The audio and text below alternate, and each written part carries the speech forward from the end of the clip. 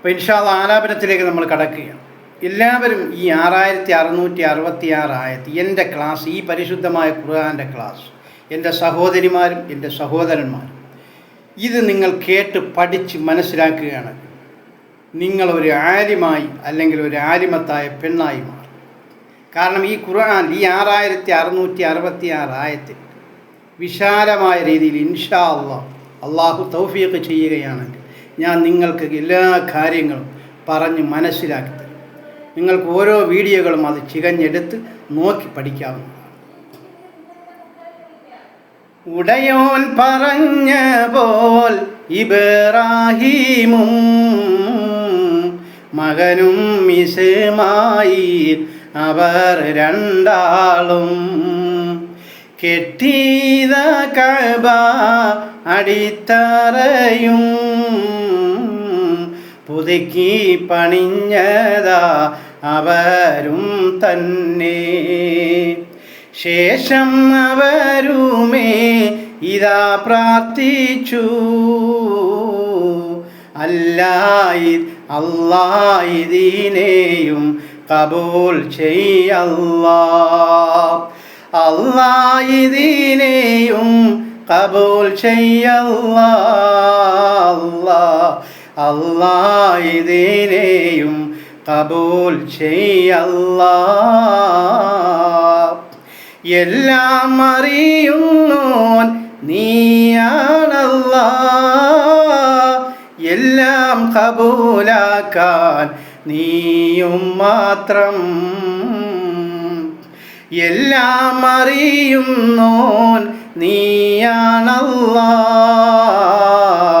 എല്ലാം കബൂലാക്കാൻ നീയും മാത്രം.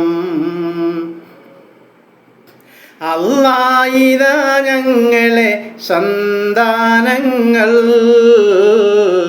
അവരിൽ ഇതാ നിന്നും നിയോഗിക്കണേ. നിനക്കും ഇതാ വരും വഴങ്ങിടണം, നിന്റെ ഇതാ വേദം പഠിക്ക വേണം. പരിശുദ്ധമായ ഖുർആൻ ഞങ്ങൾ ഇതാ എങ്ങനെ ഞങ്ങൾ നിന്നെ വണങ്ങും ഇതാ റബ്ബേ താ പഠിപ്പിച്ച് താ. അള്ളാഹുവിനെ എങ്ങനെ വണങ്ങണമെന്ന് ഇബ്രാഹിം നബി അലൈഹിസ്സലാമിനും ഇസ്മായിൽ നബി അലൈഹിസ്സലാമിനും പഠിപ്പിച്ചു കൊടുക്കണേ അല്ലാ എന്നവർ പ്രാർത്ഥിക്കുകയാണ്.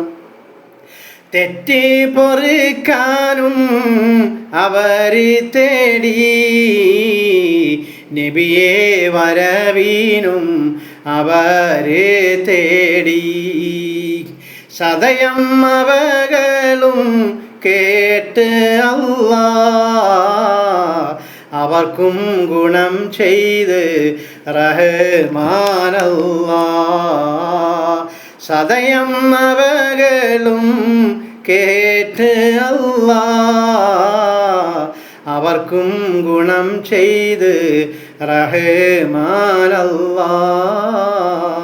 اللهم اغفر للمؤمنين والمؤمنات والمسلمين والمسلمات ربنا رب ارحمهما كما ربياني صغيرا. ربنا آتنا في الدنيا حسنة وفي الآخرة حسنة وقنا عذاب النار. صلى الله على محمد صلى الله عليه وسلم. صلى الله على محمد صلى الله عليه وسلم. اللهم صل على محمد يا ربي صل عليه وسلم وصل على جميع الأنبياء والمرسلين والحمد لله رب العالمين. പലരും എൻ്റെ പേര് ചോദിച്ചു, ഫോൺ വിളിച്ചൊക്കെ ചോദിച്ചു. അപ്പോൾ ഇൻഷാ അല്ലാഹ് ഞാൻ മൊത്തത്തിൽ പറയുകയാണ്.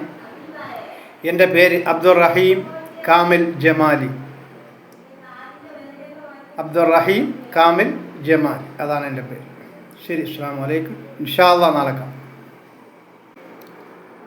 അസ്സലാമു അലൈക്കും വറഹ്മത്തുള്ളാഹി.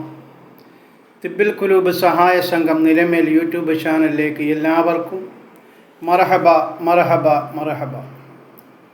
പ്രിയമുള്ളവരെ, ഇന്നിവിടെ അവതരിപ്പിക്കാൻ പോകുന്നത് പരിശുദ്ധമായ ഖുർആനിലെ 2-ാമത്തെ അധ്യായമായ സൂറത്തുൽ ബഖറയിലെ 127, 128, 129 ഇങ്ങനെ 3 ആയത്തുകളാണ്.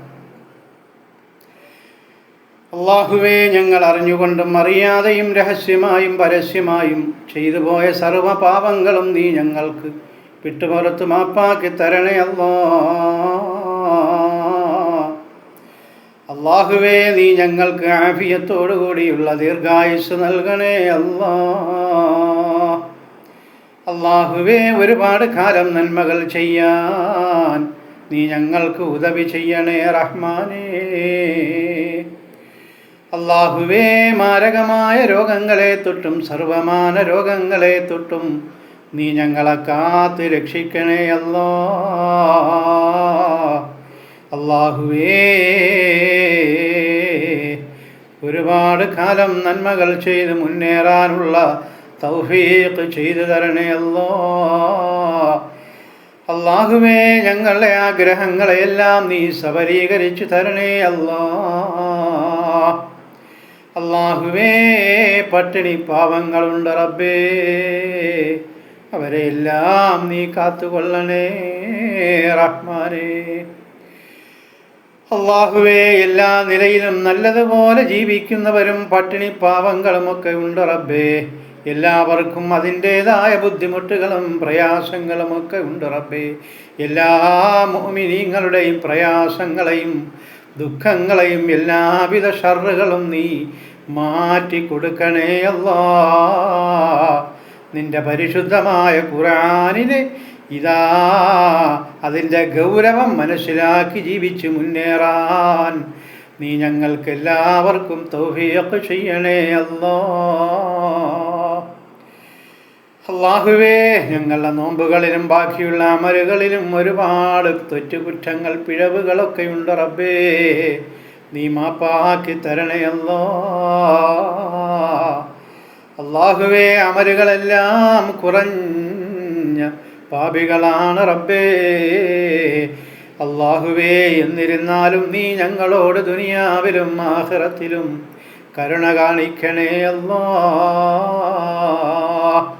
ഓരോരുത്തർ ദുആ കൊണ്ട് വസിയത്ത് ചെയ്തവരുണ്ട് റബ്ബേ. ഓരോരുത്തരുടെ മനസ്സിൻ്റെ വ്യതകളും അറിയുന്ന മനസ്സിൻ്റെ വേദനകൾ അറിയുന്ന മനസ്സിൻ്റെ ആഗ്രഹങ്ങളെ അറിയുന്ന ഓരോരുത്തർക്കും എന്താണോ ആവശ്യങ്ങൾ അതൊക്കെയും റബ്ബേ നീ നിറവേറ്റി കൊടുക്കണേ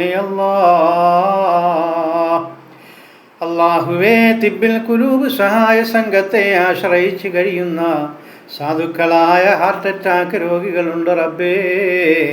അവർക്കെല്ലാം നീ ആശ്വാസം കൊടുക്കണേ അവരെ സഹായിക്കുന്നവരുണ്ട് റബ്ബേ, നീ അവരെ സഹായിക്കണേ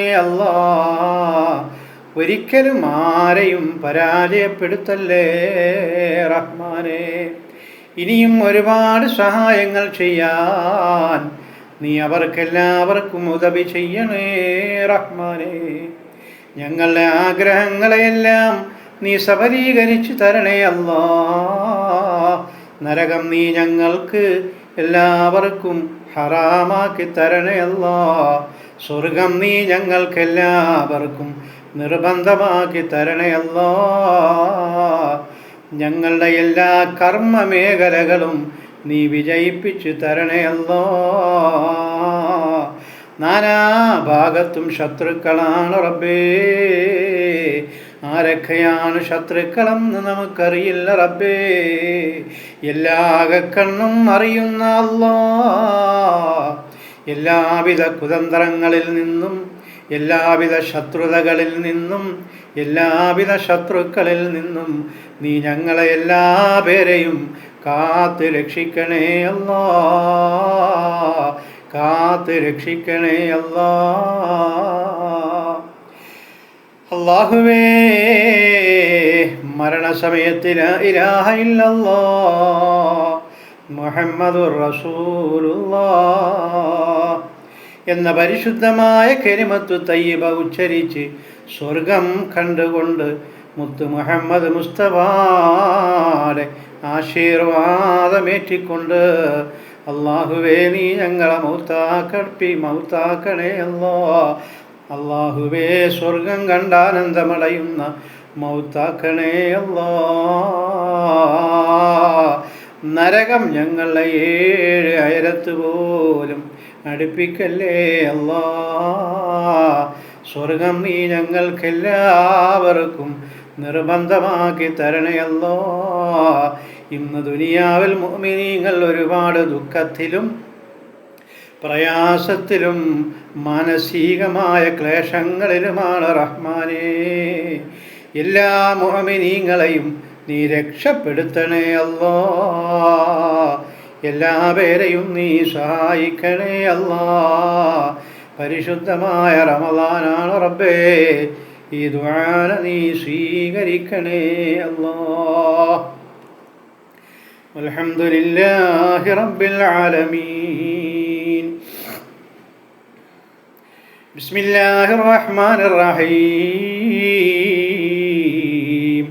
വഇദ് യർഫഉ ഇബ്രാഹീമുൽ ഖവാഇദ മിനൽ ബൈത്തി വഇസ്മാഈലു റബ്ബനാ തഖബ്ബൽ മിന്നാ ഇന്നക അന്തസ് സമീഉൽ അലീം. റബ്ബനാ വജഅൽനാ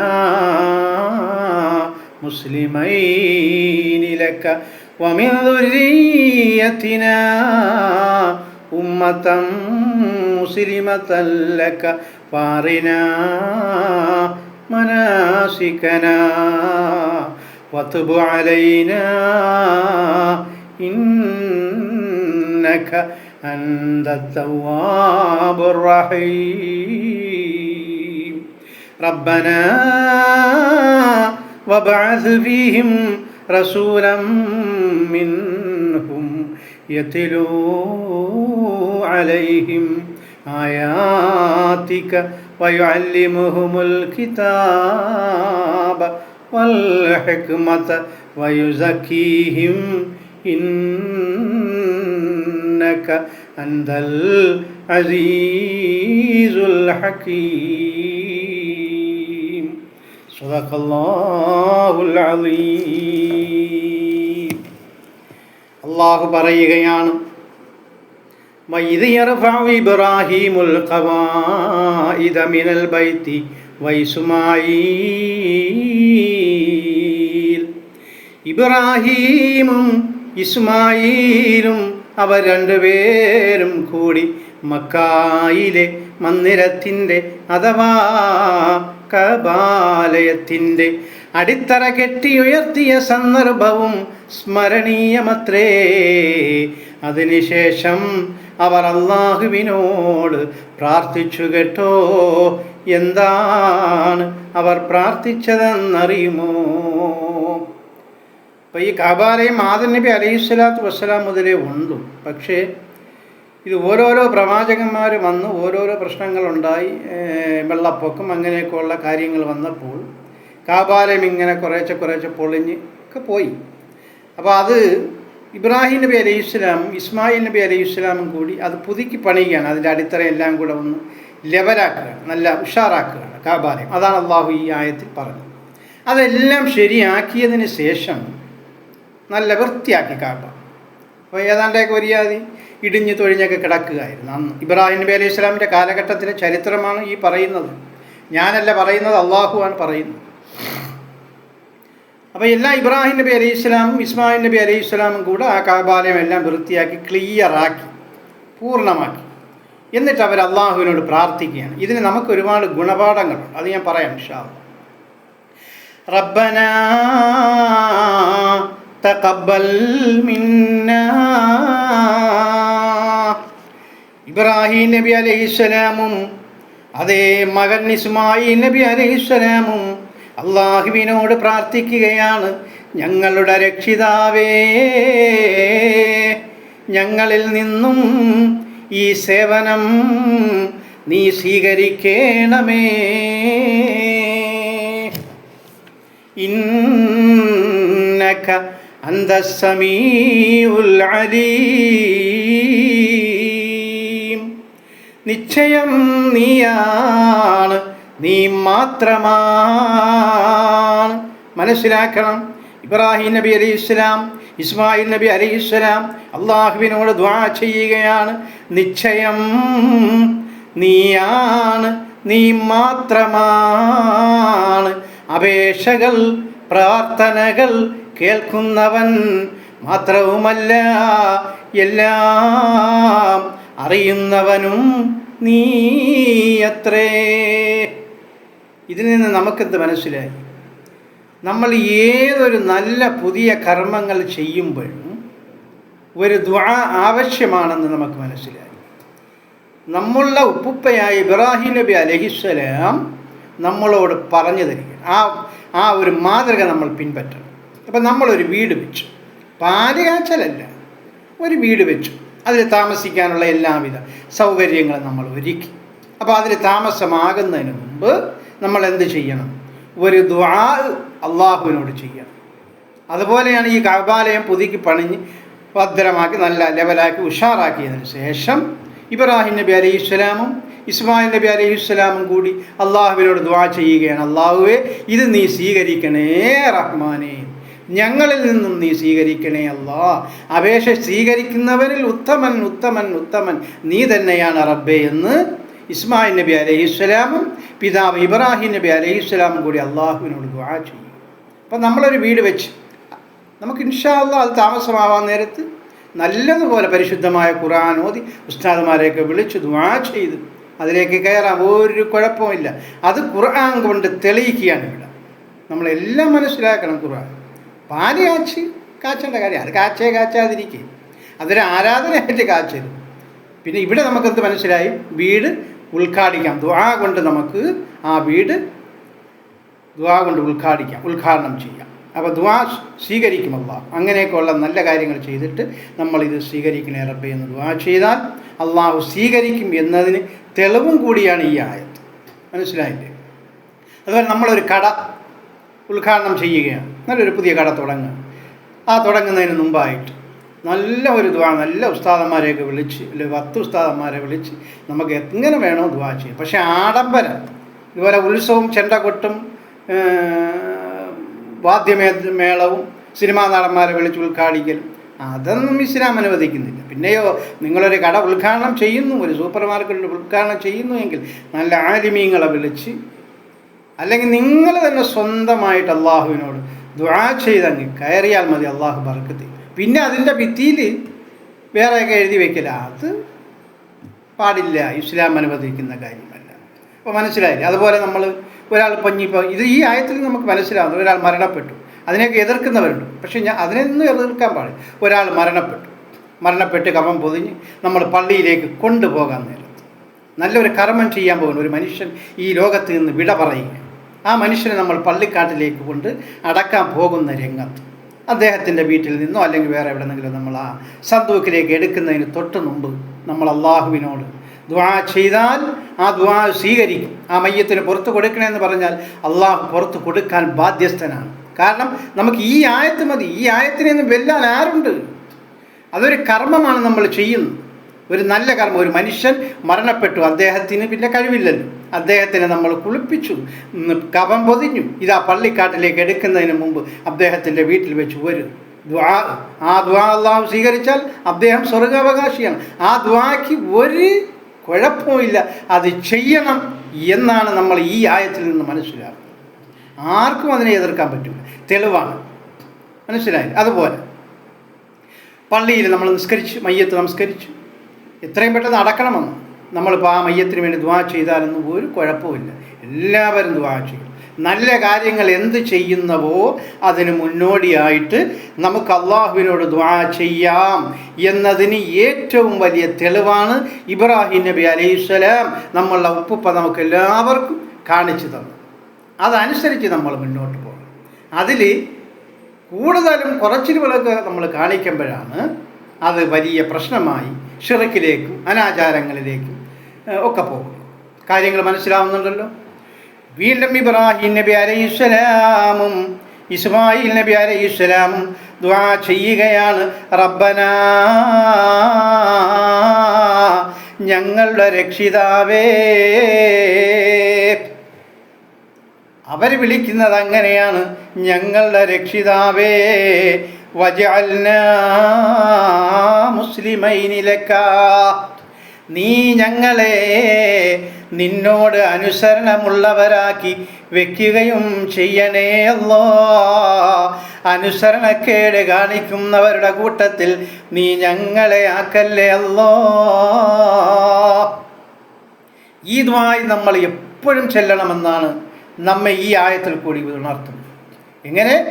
അല്ലാഹുവേ, നീ ഞങ്ങളെ നിന്നോട് അനുസരണയുള്ളവരാക്കി വെക്കുകയും ചെയ്യണേ അല്ലാഹ് എന്ന് പറഞ്ഞാൽ അനുസരണയുള്ള അടിമയായി നീ എന്നെ സ്വീകരിക്കണേ റഹ്മാനേ എന്ന്.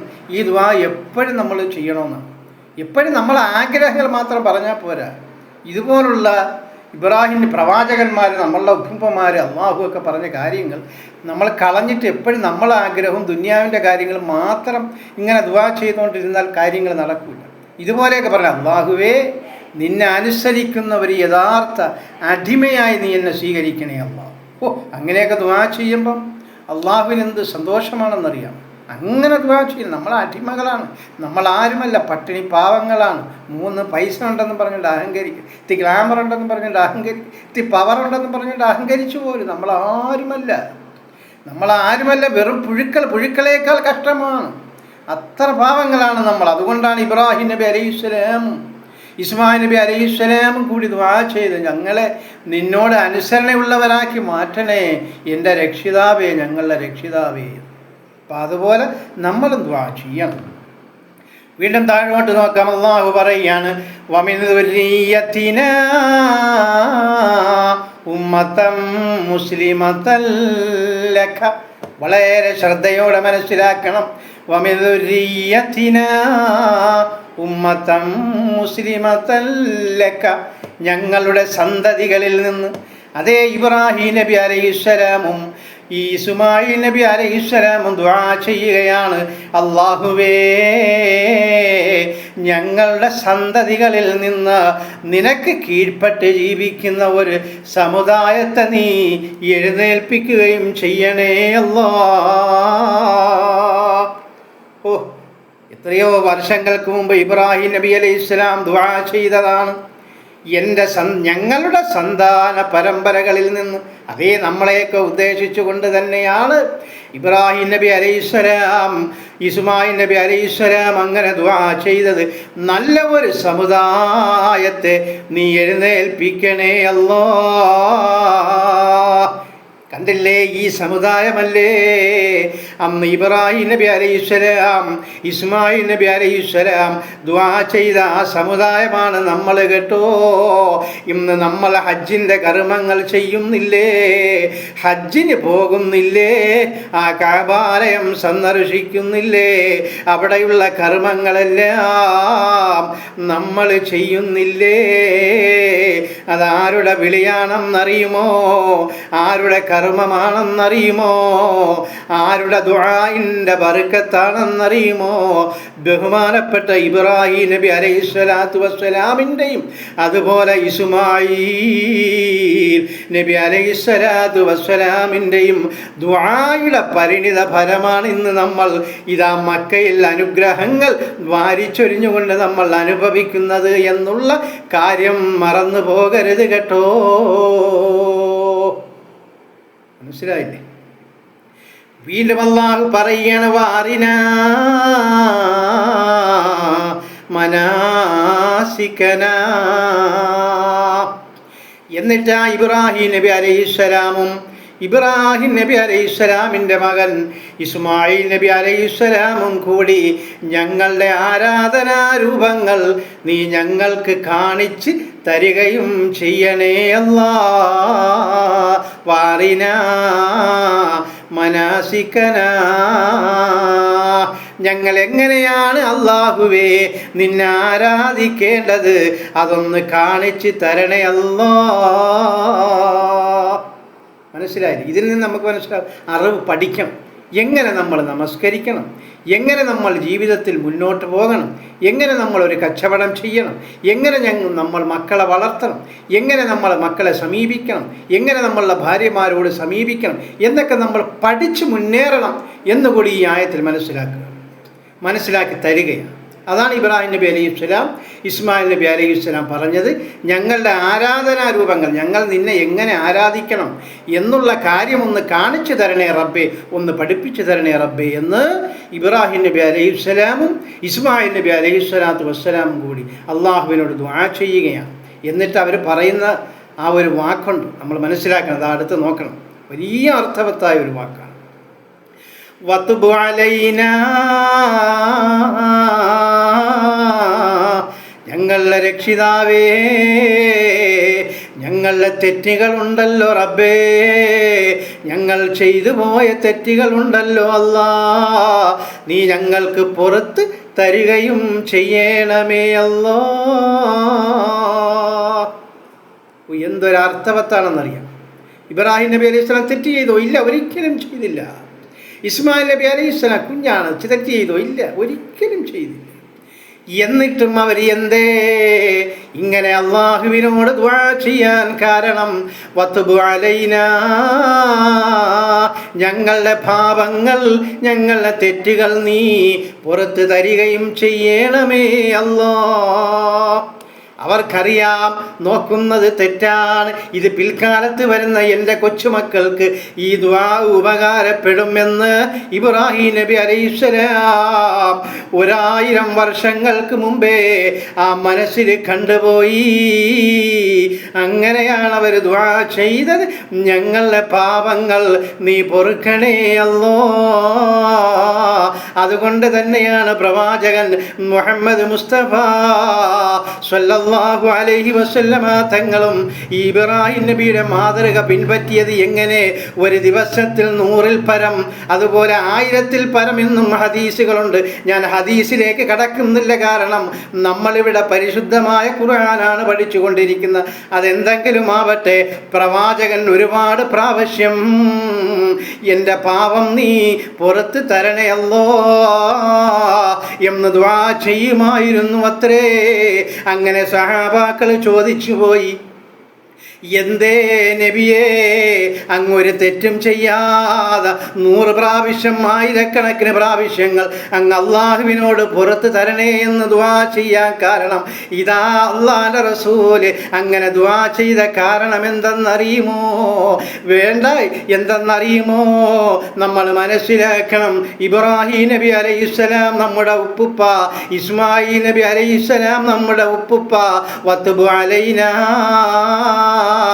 ഞങ്ങളുടെ പാവം നീ പുറത്ത് തരികയും ചെയ്യണേ അല്ലാ എന്നവിടെ വെച്ച് കഅബാലയത്തിൽ വെച്ച് ദുആ ചെയ്തത് കൊണ്ട് ആ മാതൃകയാണ് നമ്മുടെ നേതാവ് നബി മുഹമ്മദ് മുസ്തഫ തങ്ങളും സ്വീകരിച്ചത് എന്നുള്ള കാര്യം ഞാനും നിങ്ങളും ഈ ആയത്തിൽ കൂടി മനസ്സിലാക്കണം കേട്ടോ.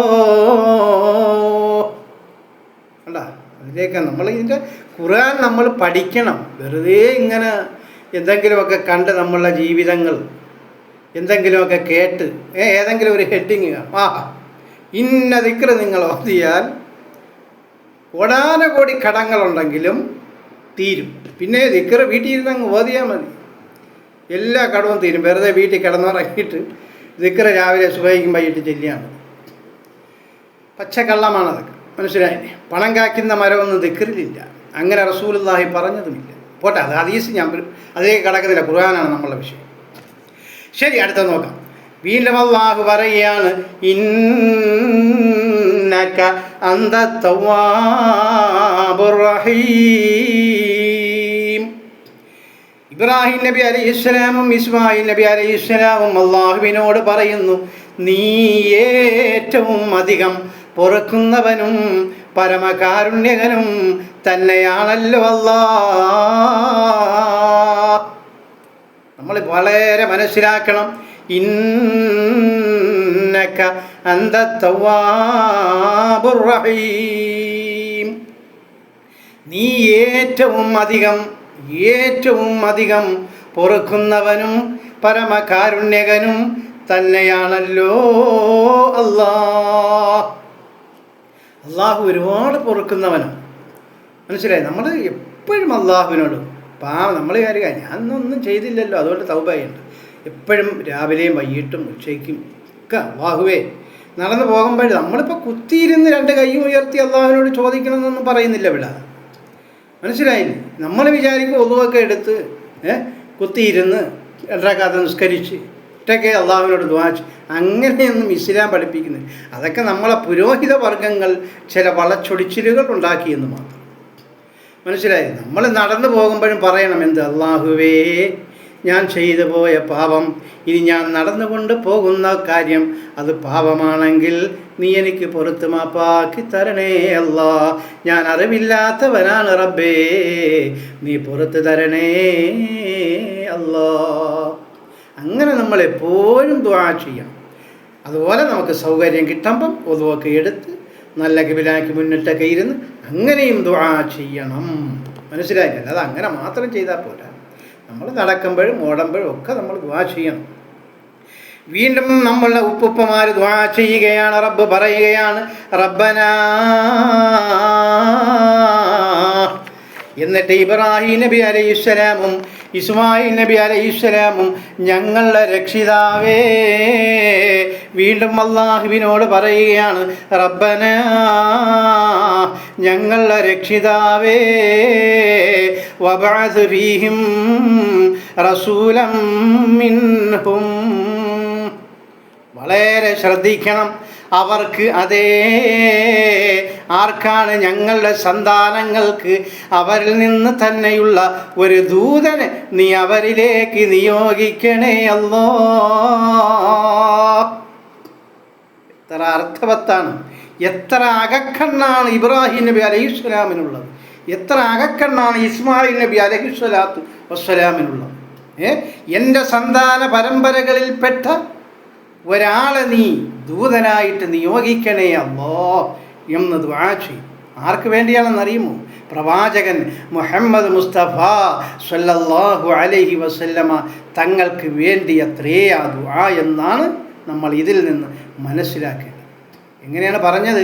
വബഅസ് ഫീഹിം റസൂലൻ മിൻഹും. അവർക്ക് റബ്ബേ, ഞങ്ങളുടെ സന്താനങ്ങൾക്ക് അവരിൽ നിന്ന് തന്നെയുള്ള ഒരു ദൂതനെ നീ അവരിലേക്ക് നിയോഗിക്കണേ അല്ലാഹ്.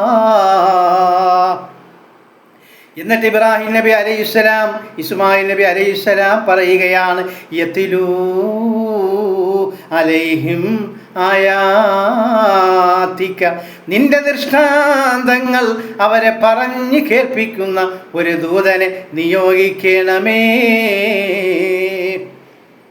എന്ന് പറഞ്ഞാൽ ഈ പരിശുദ്ധമായ ഖുർആൻ പറഞ്ഞ് പഠിപ്പിക്കുന്ന ഒരു ദൂതൻ, അത്രയും ക്ഷമയുള്ള ഒരു ദൂതൻ, നിന്റെ ദൃഷ്ടാന്തങ്ങൾ അവരെ പറഞ്ഞ് കേൾപ്പിക്കുന്ന ഒരു ദൂതനെ നിയോഗിക്കണമേ അല്ലാഹ്. മാത്രവുമല്ല, വയുഅല്ലിമുഹുൽ കിതാബ്, നിന്റെ വേദത്തെയുണ്ടല്ലോ റബ്ബേ, അത് പഠിപ്പിക്കുകയും ചെയ്യുന്ന ഒരു ദൂതനെ നീ അയക്കണേ അല്ലാഹ്. അതും പ്രവാചകനെ പറ്റിയാണ്. മാത്രവുമല്ല, ഇബ്രാഹിം നബി അലൈഹിസ്സലാമും ഇസ്മായിൽ നബി അലൈഹിസ്സലാമും വീണ്ടും പറയുകയാണ്, വൽ ഹിക്മത, നിന്റെ തത്വങ്ങളും പഠിപ്പിക്കുന്ന ഒരു ദൂതനെ നീ അയക്കണേ അല്ലാഹ്. മാത്രവുമല്ല റബ്ബേ, വയുസക്കീഹിം, അവർക്ക് സംസ്കാരമുണ്ടാക്കി തീർക്കുന്ന ഒരു ദൂതനെ നീ അയക്കുകയും ചെയ്യണമേ അല്ലാഹ്. ഒരു സംസ്കാരമുണ്ടാക്കിയെടുക്കാൻ കഴിവുള്ള ഒരു ദൂതനെയും നീ അയക്കണേ റബ്ബേ.